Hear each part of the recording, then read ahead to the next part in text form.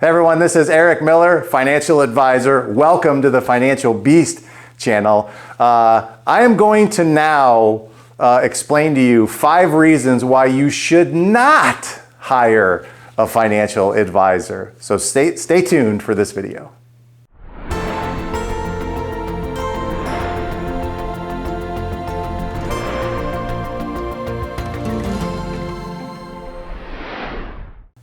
All right, well, welcome back. So I know I threw you for a loop a little bit on that one, but look, I am going to go over today 5 reasons why you should not hire a financial advisor. And I'm doing this because I really want to make sure that as you're building your financial team or you're working with your current advisors, you build a team that is in alignment with where you want to go. And whatever level of financial assets and income resources that you want to have, you have to make sure that your team understands that. Whatever your vision is, your ideal scene looks like financially, your team really needs to be aligned with those goals.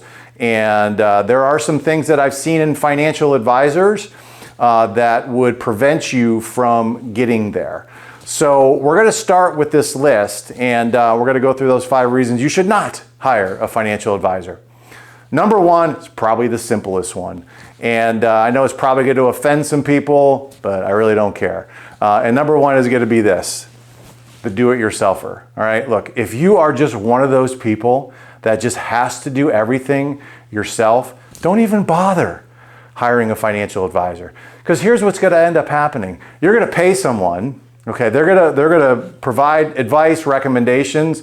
You're gonna go do all your own research and say, well, I can just do this on myself because I've went to some website or I've went to some other resource that showed me how to do it a little bit better. Why waste anybody's time? Just go do it on your own. If you're just one of those people that are the do-it-yourselfer kind, then just do it yourself and don't even bother spending the time, the resources, whatever, to hire a financial advisor.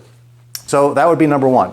Now, number 2 would be if that advisor is following the traditional retirement plan model, I would not hire that financial advisor.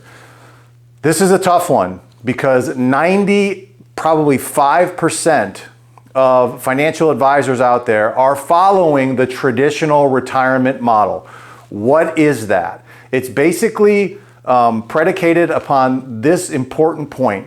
You need to save enough money in retirement accounts, 401ks, IRAs, brokerage accounts, where you've amassed enough money to replace about 70 to 80% of your current income. That's not Eric Miller saying that. That comes right out of the Certified Financial Planning textbook.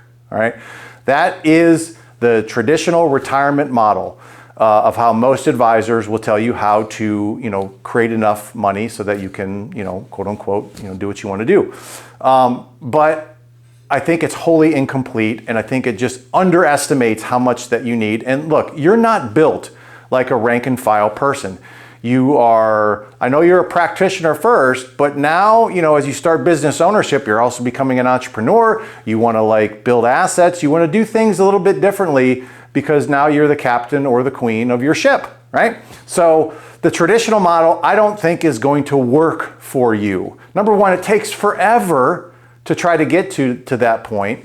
And do you really want to live on 70 to 80% of what you're making right now? I don't think so. You factor in taxes and inflation, it's a bit of a losing battle. So that's the reason number 2, I would not hire that advisor if they follow the traditional financial model as their sole method of how you're going to create other income sources. Number 3, third reason I would not hire a financial advisor if their service model is 1 to 2 meetings a year. All right, let's be realistic.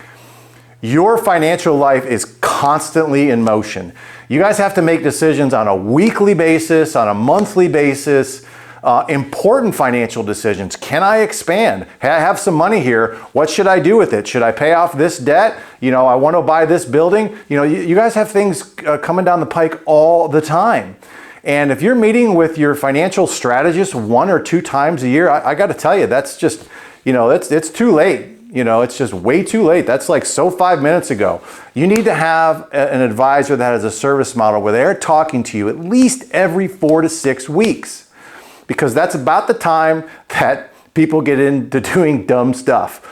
And we've seen this so many times that we've prevented people from making bad financial decisions because we have a service model that is talking to them frequently. So I wouldn't work with someone that has hey, we're going to do a portfolio review or an annual review. I just think that's antiquated right now. And you need someone that is really on top of you, holding you accountable. Number 4, they're just not industry specific. You know, I use the example, look, if I had a Lamborghini, I am not going to go take that Lamborghini to go get serviced by, you know, the local guy that's used to working on Chevys and Fords. I need someone that understands how this vehicle works. Okay. Your business is your biggest investment. It's your most valuable investment. And you need someone that understands how this vehicle operates. What are the profit margins? What are the income sources? What are your biggest costs, and how are they helping you manage that? Most importantly, how are they showing you how to harness the power of the practice so it can benefit your household? Taking profits, taking them to the household, and setting up that structure. Only an advisor that understands your business can do that. There are literally hundreds of thousands of dollars of lost income every single year that get consumed in your business that you actually can recover for the benefit of the household. But if you're not working with an industry-specific advisor that can show you how to do that, you're literally losing that much money. I don't think that's a winning proposition. Last, they aren't charging you any fees. You're like, what? I'm trying to get away from, you know, paying people. I don't know why. Look, here's the simple fact. If you're not paying people for advice, you are not getting any. So the model for most advisors is just how much money do you have, and I will charge you a management fee to manage that investment. Okay, great. What about all your other stuff? What about your debt and credit? What about your taxes, your estate plan, your asset protection? What about your business values? What about all these other things that make up your financial life? All right, what about having an actual plan that has measurements and targets and all of these things that you can now utilize to gauge where you're at? If no one's charging you for those things, you're not getting those things. So you really have to look at, what is this advisor doing for me? And look, if you just want to work with someone that's just managing your investments, that's one thing.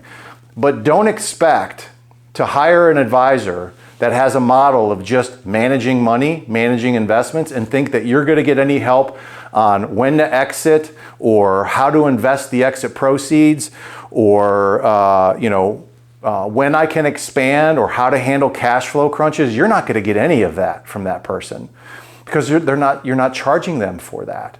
So I think that you have to really look at what the model is of that advisor, and if they're charging planning fees, showing you how to plan, then I would definitely hire that person because you're going to get what you need. So those are the 5 reasons I would not hire a financial advisor. I think there's probably more that I can think of right now, but I think that's a good start. Hope it helps you, and I'll see you on the next video.